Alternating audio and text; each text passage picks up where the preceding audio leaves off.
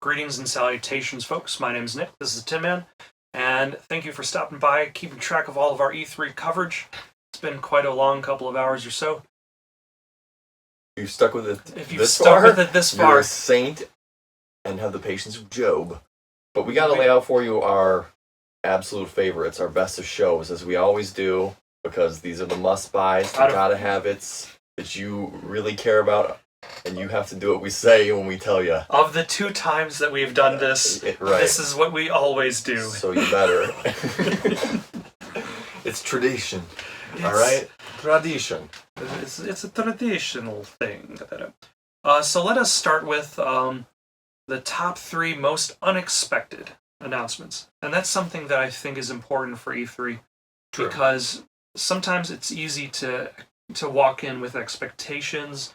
There will be leaks beforehand, and you'll be like, yep, I already knew that was going to be announced. You already saw the trailer before E3 because it got leaked out. So it's hard sometimes to be surprised. So I'd like to start with what we considered our top 3 most unexpected announcements. Didn't see them coming.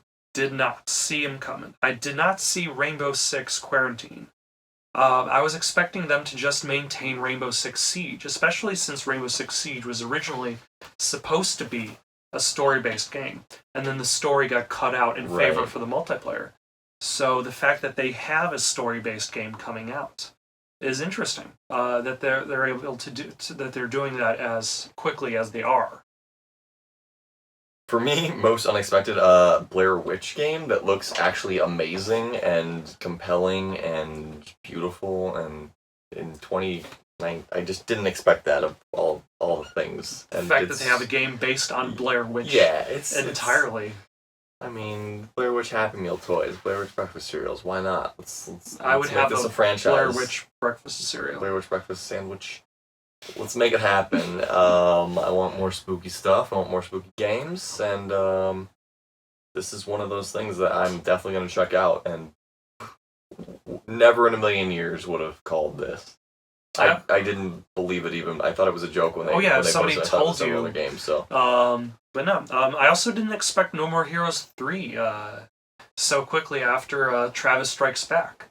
Like, Travis Strikes Back only came out a few months ago, actually. So the fact that they are announcing a fully blown sequel, it feels that, I don't know, maybe Travis Strikes Back was much more successful than I knew it was. I wasn't really tracking its sales. I mean, lightsabers are cool. Kids like lightsabers, right? And, kids like beam sabers, although it's... beam swords, so we can't use lightsabers. Although it's a game, it's not really a game for kids. Right. But it's kind of got that, like, Tarantino fun, Borderlands style vibe. It's got hard style, so yeah. All his games kind of do. Suda51. Suda51, he's an artiste, so. What's your favorite Suda51 game? Killer 7? I still haven't finished Killer 7. Okay. If I had to pick one Suda51 game, it'd probably just be No More Heroes 1, or, actually... What is the name of the game that he did? Shadows of the Damned. He did that. It was, I think, Suda51 and Shinji Mikami. Was pretty strong. Lollipop Chainsaw is actually really, really good. So that's a great game, yeah. Cheerleader, high school Buffy the Vampire Slayer, basically. But also has a fun story, too. Yeah, it's a great game. So it might even be that. But I digress. It wanted to be Killer is Dead, but Killer is Dead has some really strange issues, which we don't need to cover here. What's your next most unexpected? Phantasy Star Online 2. That's a super throwback, deep cut, yeah. The thing is, though, that they've been talking about, the fans have been asking for a Phantasy Star game to be translated to English for a long time now. And the fact that Microsoft just kind of like, okay, here it is. And it's free to play. Yeah. So it's going to be interesting to see where that goes. Do you have any other unexpected announcements? I honestly didn't expect... I knew they would start televising and vaguely talking about the new console cycle. I kind of was hoping they wouldn't, just because I don't need that stress of buying new consoles already when I just now got all of them and Don't caught worry, up and they've got nothing to show. nothing to show for it. But they exist. They're outlining their plans. We know what the launch titles are starting to be. We know They're the on the technical horizon. specs. It's coming, but Although I don't know, man. I the thing is, though, like with the PS4, or should I say the PS5, yeah. the only thing they've really been talking about is how it's going to be backwards compatible. Right. So it feels like what they're releasing isn't a new console, but a replacement console. Right. You take that PS4, you slide it off, and then you put the PS5 in its place. The way they're also discussing like the multiple tiers, like, you know, the Xbox X1 and S with the Anaconda and the Lockhart for like the casual gamers who just want to play Madden and Halo, and then you have the Anaconda who want to have like dozens of games on their hard drive. Like, they're talking about pricing tiers and models, and it's just something that I think you split the user base a little bit. I think it kind of dilutes the brand, and I don't know. But we'll see when time goes on. We'll know in a year from now. Probably next E3 we'll have a much clearer picture of what this will look like. But in the meantime, though, do you have any favorite presentations? so many good presentations. Too many. Obviously, Watchdog Legion was super impressive. That, from a technical standpoint, from gameplay standpoint, from a presenter standpoint, it was Ubisoft does a good job at selling and hyping. They are excellent at pitching their worlds, and this was a good presentation. It's a very well crafted presentation. It gives you a very deep look, and I think that's kind of what for my own picks, like for Final Fantasy VII Remake, for Doom Eternal, you're not just seeing just a glimpse of the game via like a very specific trailer. You're also seeing like gameplay footage. You're also seeing a variety of gameplay being presented to you, and that's something that makes other games a little bit hard to judge, because you're only seeing like a cinematic trailer. Yeah. Like Outriders could be really cool, but you're only seeing a cinematic trailer of it. Like The Bleeding Edge could be cool, but it's just the cinematic trailer. And there was a lot of that outside of Nintendo. Like, Nintendo showed a lot of gameplay footage, but some of the other companies were strictly, it was trailer city, and that's always kind of been what E3 is about. But gameplay is more like, I'm sure people do see it on the show floor, but what they show us at large through YouTube and us peasants who cannot afford we just get trip. to see we just get to see a pretty trailer, and you know, it's an easy sell because it's really pretty easy to make a good looking trailer these days that sells a game, but compelling gameplay that differentiates itself, and that's much harder to come by. And a demonstration of said gameplay. Okay, so I'd also say the Avengers, that was a good demonstration. Good trailer. They really hyped it. I think they could have shown more gameplay. Oh, for sure. Yeah. Like, because sometimes they told you that it's 4-player, but it would have been nice to actually see 4 players playing it. Right. Let's see like what kind of dynamic looks like. Like, are we going to see the similar kind of Avenger interaction that we wanted to see in the actual Avenger in the movies? Yeah. Like the idea of like Iron Man shooting blasting a unibeam off shield, and Are we going to see that kind of combos? They better. We'll find out. Yeah. What would you say like I wouldn't say top 3 announcements, but what games would you say you're most excited for based on this E3? Most excited for? Cyberpunk 2077, still number 1. I think I ranked it my number 1 or 2 last year after Death Stranding, and it's right up there again. Just what we saw this year in terms of hints at what the gameplay will be like, the skill tree breakdown, the character creator, the star power of Keanu. It all just is beautiful, and I cannot wait to get that game. Most definitely. It looks like the next step in video games. If maybe they're overhyping it, maybe it will just be another Deus Ex. Maybe it'll be another. It'll be Deus Ex Shadow War. You go an open world. You go to a viewpoint tower to unlock missions. Yep. But hey, if it has a well-written story, it'll have our Sign me up. attention. Yep. For myself, I'd like to see more of Spiritfarer.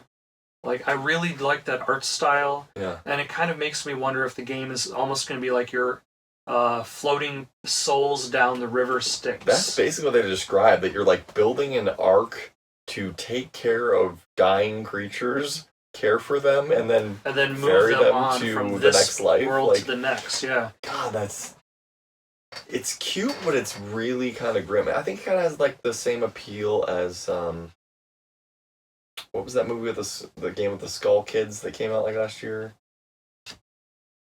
The game with the Skull Kids? Like a skull-faced boy, Sans Undertale. Did you play that? I didn't play Undertale. I watched a Let's Play of it. Okay, yeah. I feel awesome. the story is interesting, Yeah. but the gameplay is very gimmicky. Yeah, it's really minimalistic, but cool conceptual. Yes. And I think this game has beautiful art and interesting gameplay elements, and it's really unusual. Like it's special, you know? And that's the thing, that I'd like to know more about the story, the interaction you have with those characters. Right. I'd also like to see more Ghostwire Tokyo, but that's largely because I really enjoyed Evil Within. Any game with a rapture and fighting ghosts, sign me up for. It is an interesting looking game for sure. I like that we got a little bit more about control. I'm always down. I know Remedy's going to deliver quality. I'm extremely excited we saw actual gameplay now. I didn't think we were going to see anything from this game, but it's only like 3 months away, so they need, I'm a little concerned it's going to be delayed at this point, but I'm... And that's always the fear, that's always been the fear I'm okay with it. With Remedy, because they've always been very slow with releasing games, but I believe there was an interview of Sam Lake where he actually said, Remedy is not a video game manufacturer or video game factory, but spending 6 years on a video game is unacceptable. Not a good idea. Yeah, I love Sam Lake for that. He's the greatest of all time, and so I'm excited to get my hands on this game. It's a few months away, and the fact that we actually saw a lot here, and it looks good, playable, compelling, awesome, big deal for me. Oh, so, yeah. I would rank Death Stranding in here, but it was not technically an E3 game beforehand, and obviously it's a must-buy, so it's on the hit list. So it was already on. It was a foregone conclusion. That's not news. Yeah. But now that this E3 is over, wow, it comes and goes so fast every year. What would you like to see next year? Next year, I want to see actual gameplay, new hotness of Halo. I would like to see Project Scarlet actually show off. Let's see the console. Let's see. What is it doing that the Xbox One isn't doing? Yeah. What is Sega doing that Nintendo don't? Right. That's what we need to see if they expect us to buy a new console in 1.5 years. I'm not ready for it. I'm always like a late adopter, actually. I always wait at least like a year or so. I have to have 5 must-have exclusives. That is my rule. It usually takes a year. Yeah, that's fair. What makes you pull the trigger? One game you gotta have? I know you're a collector of everything. I have every console ever, too. I tend to try to get the consoles at launch. Yeah. The last console... Infinity might get me to buy it at launch. The PS3, I think, is the only... I remember when the PS4 and the Xbox One came out. Yeah. If you didn't order them, you didn't get them right away. Right. But the Xbox One, I just happened to be in a Best Buy, and I'm like, oh, they have them. I'll buy one. The last one I really didn't get for a while was the PS3. Because when the PS3 came out, that was $600? I didn't get it till Metal Gear Solid 4, so yeah, I definitely waited. I owned a copy of Metal Gear Solid 4 before I bought a PS3. Nice. It was still a year before. You were just that damn dedicated. You're just like, I just need to have this game right now. I just need to have this game. I got the collector's edition. That's how I was with Overwatch. And that just sat around for a while, and then I'm like, yep. But I find these days I try to get the new toy. Yeah. Bigger boys need bigger toys. Even if the games on them are... Not so great. I'll find something. Yeah. I would also like to see more. I would also like to see some of those omitted games. Some of that Metroid Prime 4, should I say? I wrote down 3 because I'm a fool. If we don't see Beyond Good and Evil 2 next year, I'll be worried. If we don't see Skull and Bones next year, I'll be extremely worried because it's been a couple years we haven't seen it now. Like, it just dropped off the map, and I get that this is a period where thematically we want cyberpunk. You gotta go with what's hot right now. And right now, metaphysical, mystic, ghost, spooky stuff is hot, and military shooters are cool. And that's why they're combining them both. Right. Space monkeys aren't cool enough right now. We need another Planet of the Apes. You know, I get it, but we need to see this stuff because keep the faith of the people who want to buy your game eventually, especially for your in-house, like, art house. Because top titles. Because if you don't show the gamers Beyond Good and Evil 2 for long enough, they'll become incredibly jaded. Get it? Because the main character's name is Jade? Oh, now you just ruined everything. No one cares about this game. Except me, only us.